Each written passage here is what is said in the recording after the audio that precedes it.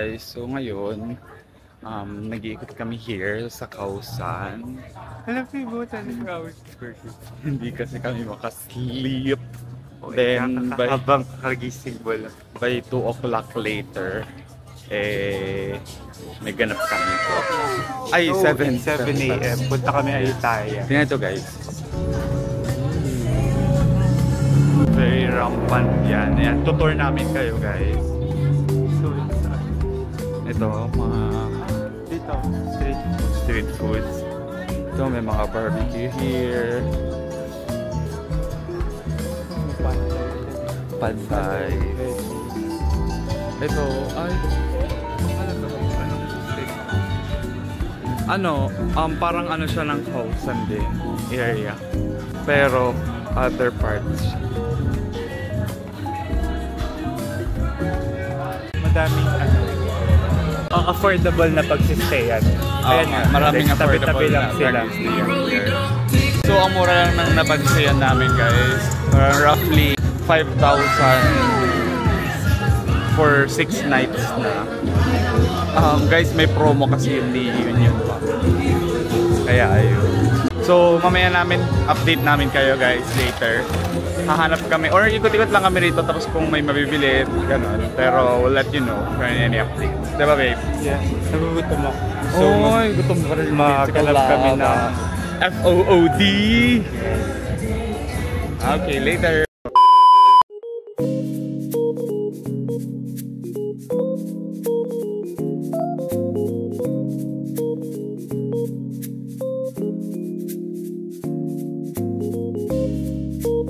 Babe, masarap! Tikmo mo. Promise. Para ng egg na may Nutella.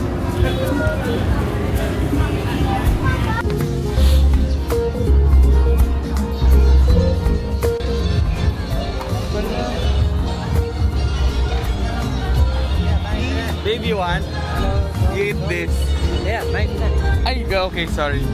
No. Sige na, Scorpion. Nawahi ako. Babe, eat mo na Scorpion. May susunod pa sa'yo. Babe, eat ka na.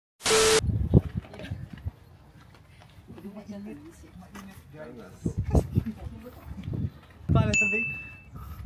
Ewan ko pa. Ayutthaya na lang. Ayutthaya.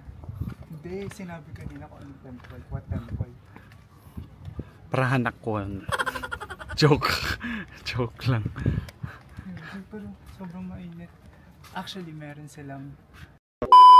Babe! You wanna take a selfie there? Dun sa head. Hello. So yun guys, ito palang Ayutthaya na tong area na to. This was, you know what, damaged by war. Not by time, not by whatsoever. It was damaged by war. Yung sa pinuntahan namin kanina, hindi lang na-vlog kasi parang bawal. So ngayon dito pwede. Ito, ginera daw to. It's because of the war. Pero ngayon, medyo okay naman na daw. Pero inaayos guys ng government. So, if you're gonna notice, ayan, tinan. Nakita niyo ba? Yung iba na yung structure from bricks, naging parang semento na.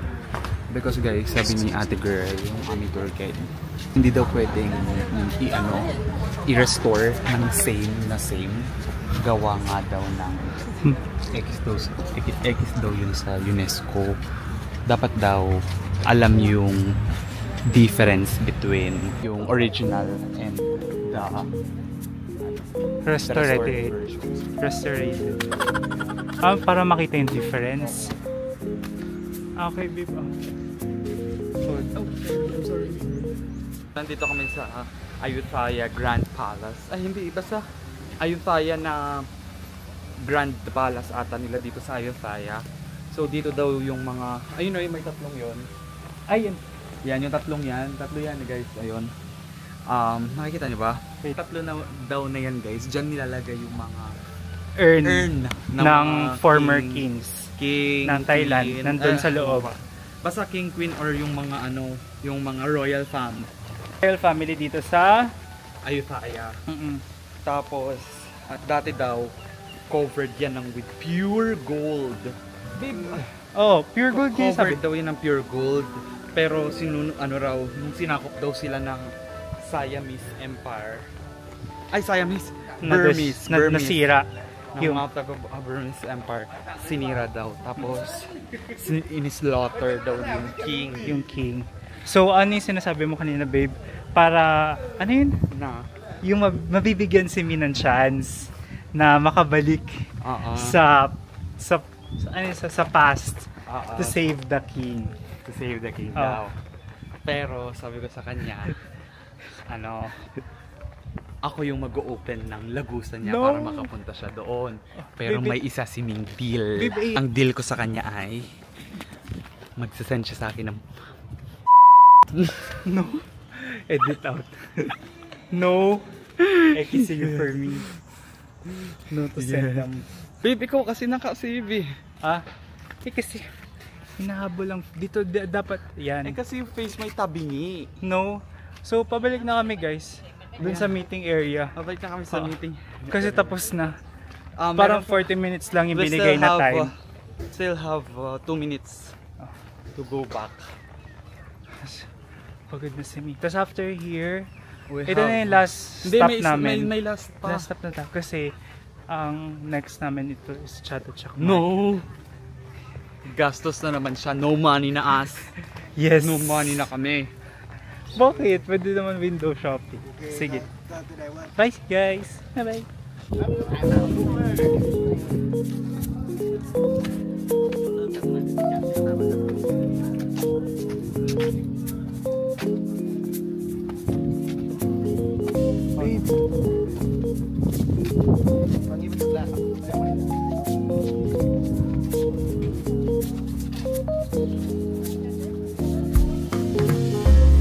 We're here. We're here. So, nandito na kami guys sa may famous na mango sticky rice.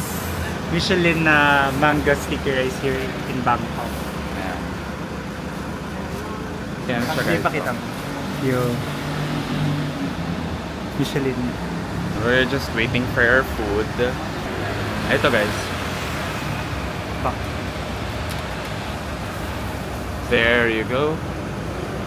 It's 19, 20, 21, 22, 20, 24. Best mango sticky rice. So, 130 siya. So it's 130 baht each. So yeah. Per piece. Per piece. Mahal ba? Oo.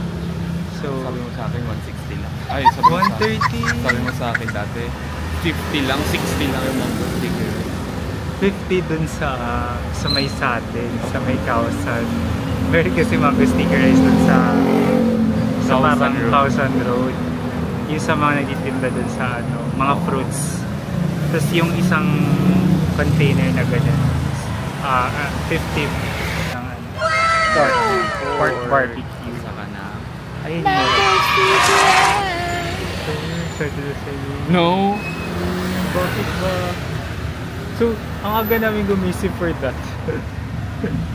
Hoy, hindi. Yung ang talagang natin, yung Grand Palace. Hindi, kasi yung target kasi namin sa Grand Palace is pumunta kami before dumagsa yung mga tao. 8:30 kasi open. So habang hindi pa open after this, punta kami sa Grand Palace. Update namin kayo pagka nandito na yung FOP. Later. A few moments later. Hi guys. So ayan, kumakain na si Babe ng mango sticky rice ng Kapanich. Ayan. So Babe, sige na. So kuha ko ng rice, then mango.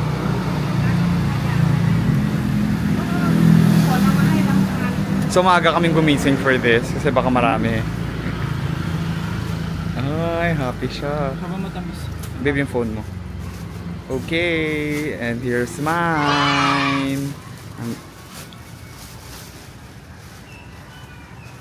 So, titikman namin guys. We'll let you know. I'll update you later. Bye!